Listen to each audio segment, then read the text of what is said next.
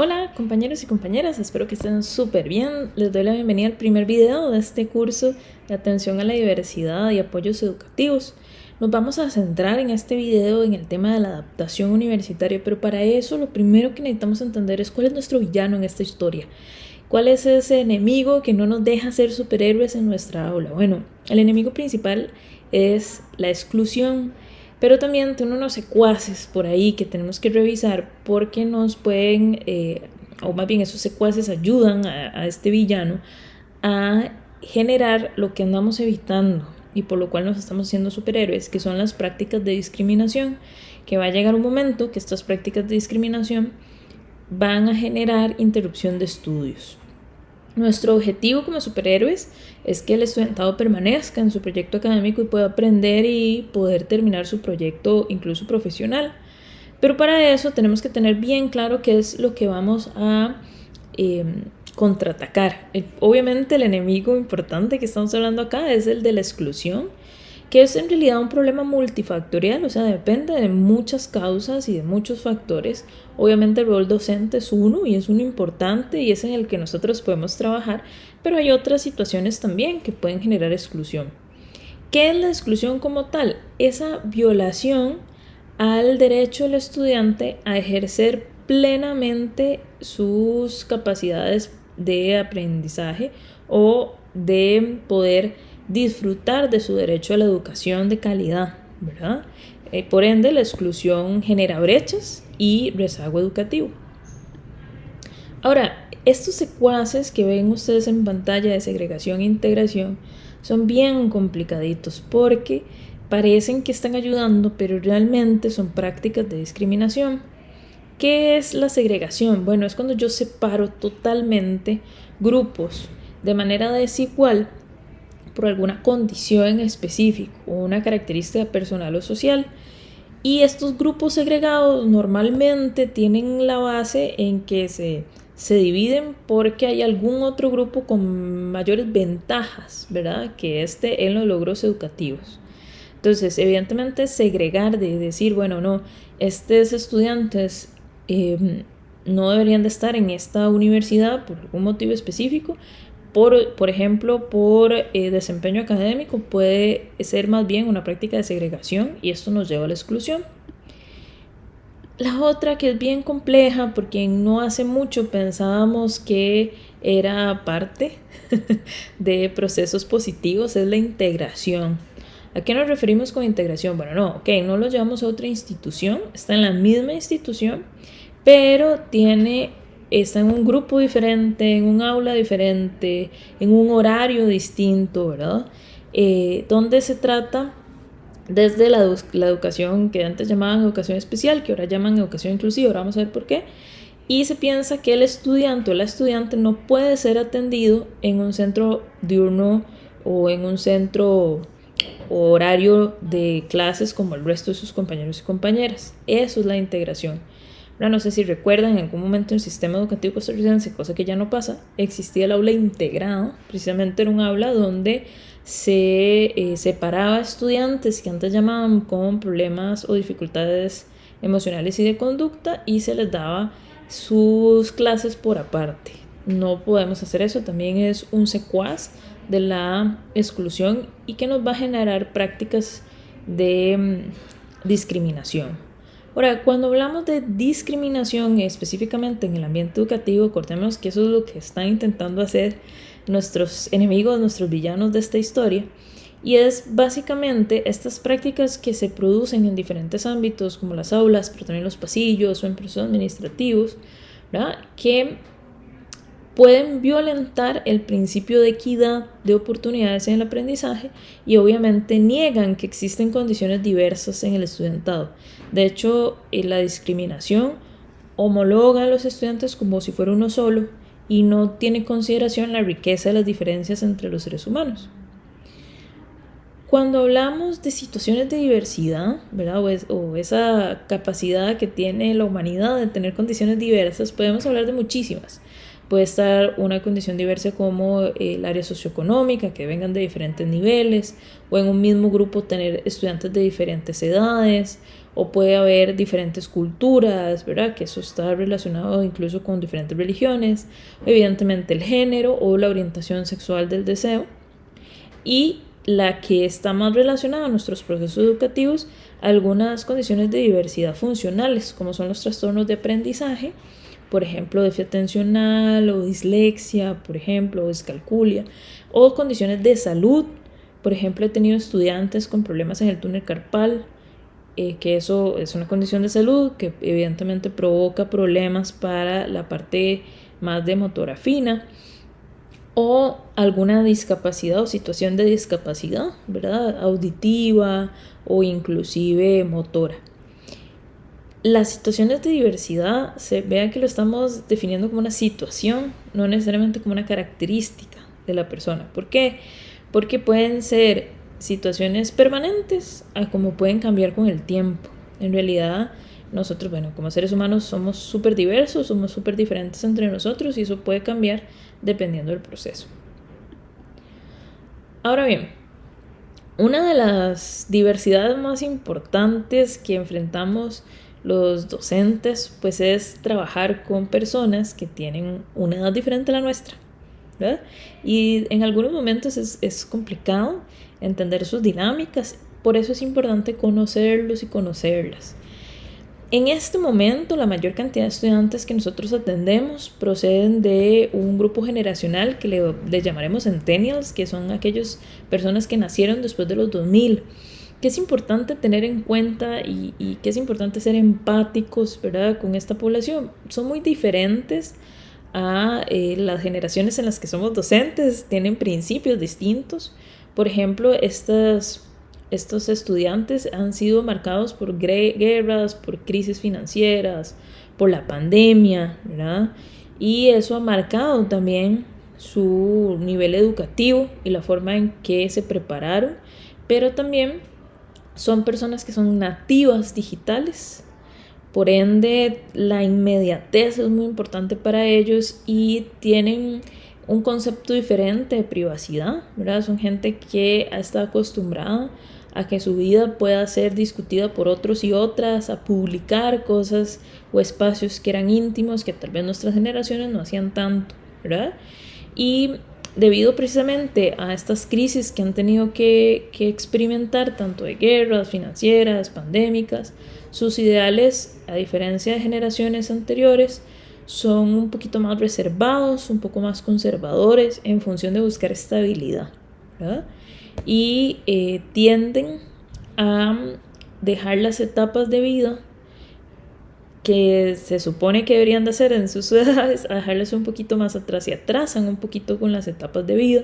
De hecho, hablamos de adultos emergentes, personas que a pesar de tener edades legalmente adultas, son personas que no necesariamente están cumpliendo las etapas como otras generaciones las vivieron. Y cuando hablo de etapas, hablo de estudio, pero también etapas de vida, como conseguir una casa, como tener una pareja, ¿verdad? Ese tipo de tareas que en algún momento se esperaba, incluso que están ligadas con la madurez. En el caso de los centennials y de las generaciones que vienen, están un poquito más atrasadas que en generaciones anteriores.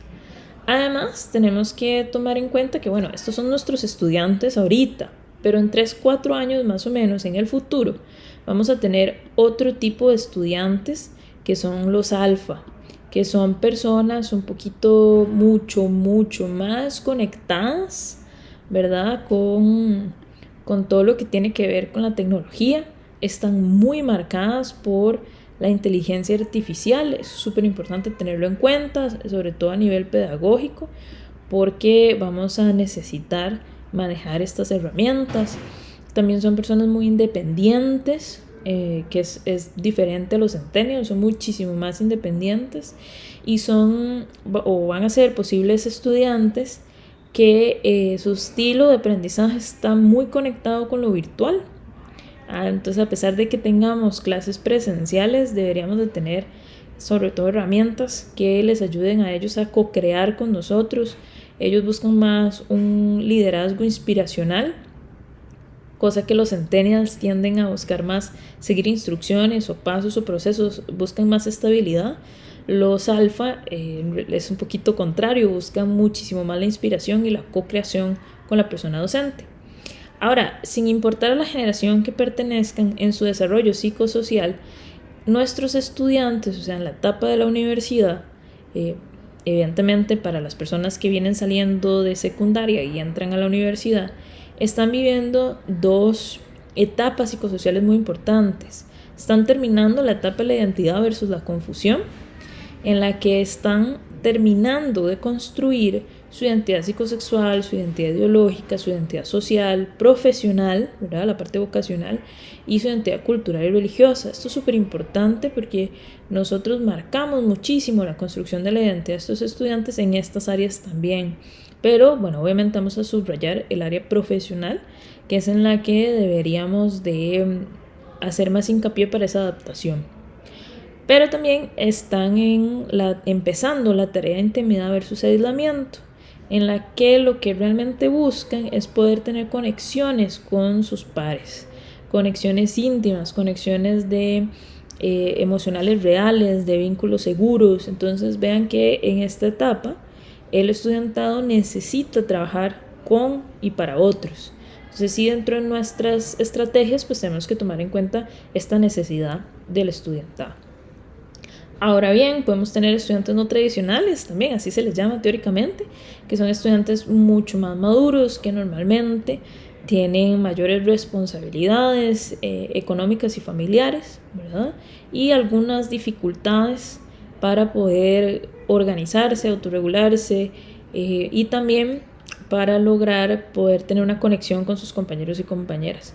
Hay que prestarle también atención a estos estudiantes no tradicionales y poder brindarles el apoyo educativo para que puedan salir adelante.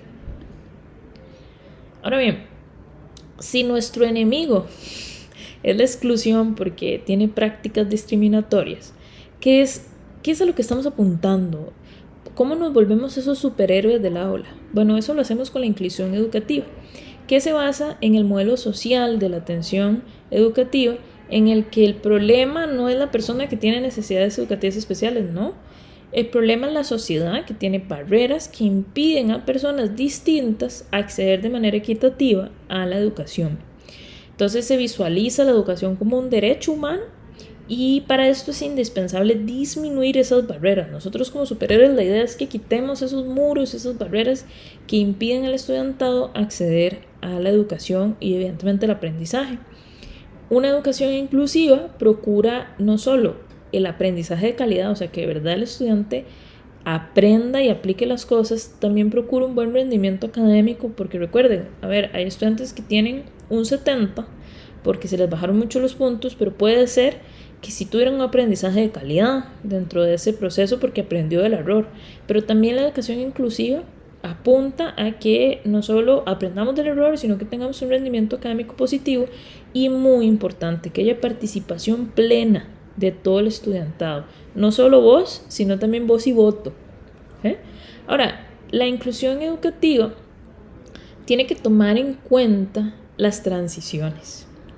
En la universidad, una de las cosas, leyendo diferentes investigaciones que se han hecho, una de las cosas que más aporta a esta permanencia y esta atención inclusiva es que el profesorado ayude al estudiante a adaptarse a la universidad. Y vean que cuando hablamos de procesos de adaptación, yo no solo me refiero al primer cuatri. A veces decimos, bueno, es que los nuevos son los que hay que ayudarles. En realidad me refiero a diferentes transiciones que pasamos durante la universidad.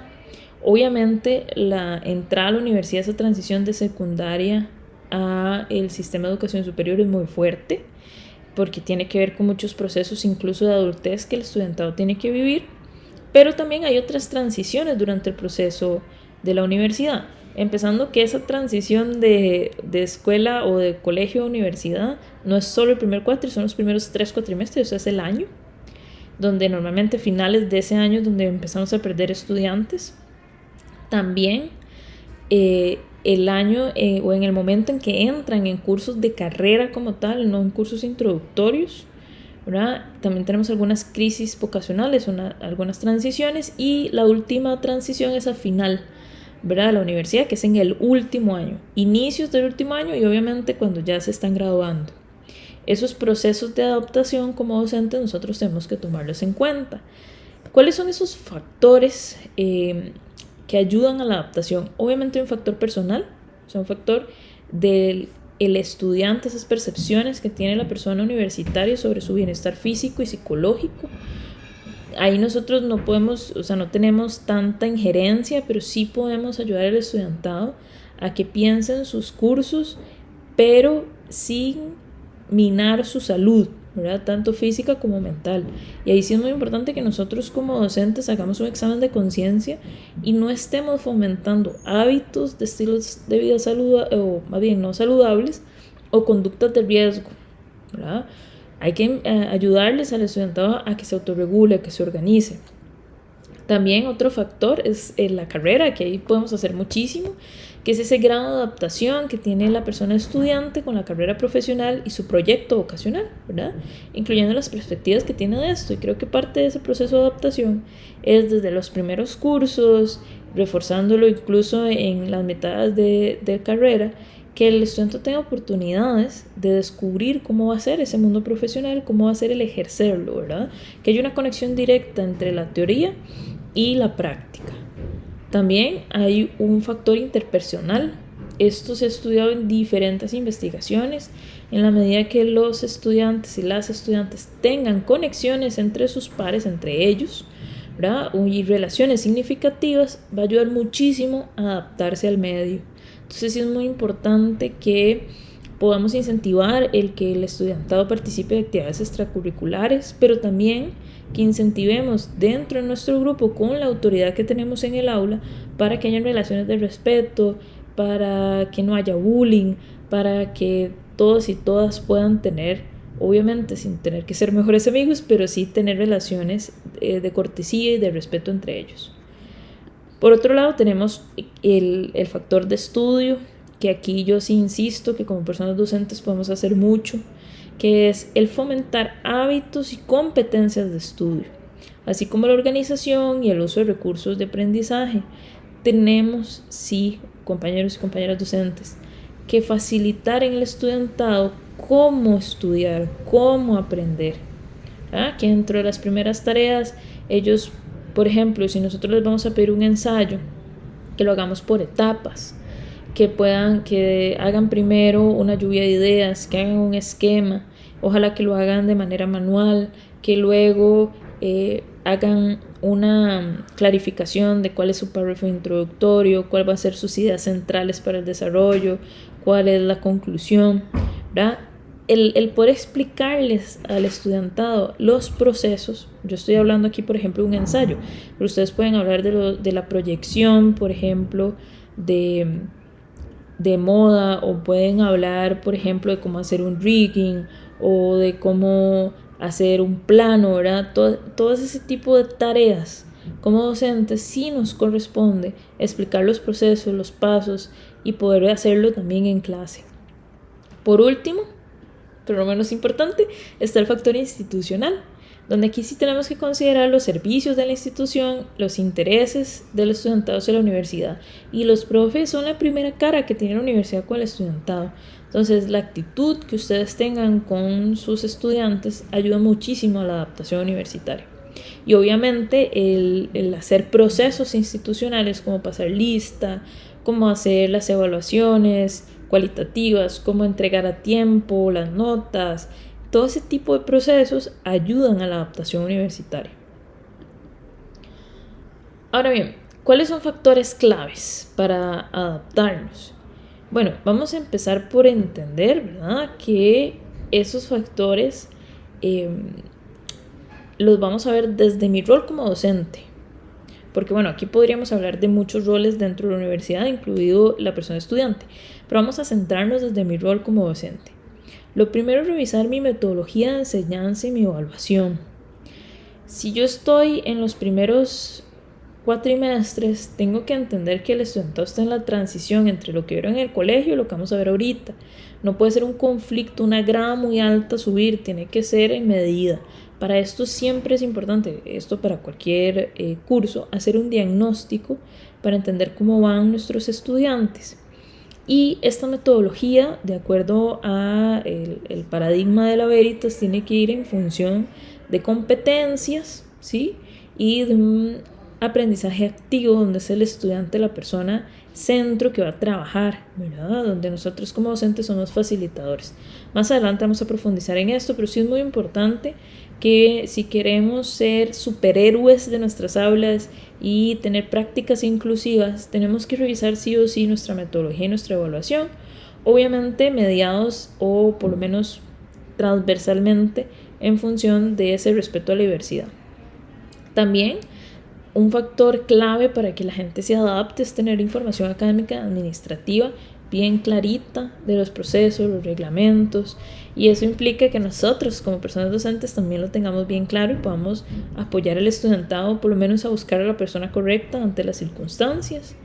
También otro factor clave es la explicación vocacional profesional. Nosotros somos las personas expertas en el área y es importante que el estudiantado pueda tener una pizca de realidad de lo que va a haber en el campo laboral y que pueda hacer esa unión entre lo que veo teóricamente con lo que voy a hacer a nivel profesional. Y por último, otro factor clave son las relaciones sociales y actividades extracurriculares. Sí debo, como docente, promover relaciones positivas entre mis estudiantes y obviamente que puedan participar de actividades de la universidad que generen pertenencia con la institución. Ahora bien, este ha sido todo por el video de adaptación universitaria. Vean que son cortitos, son capsulitas. Ustedes pueden profundizar si quieren revisando la bibliografía del curso, pero tenemos otros materiales que revisar. Entonces vamos a seguir en esta misión 1 de conocer nuestro enemigo para ser más inclusivos. Nos vemos.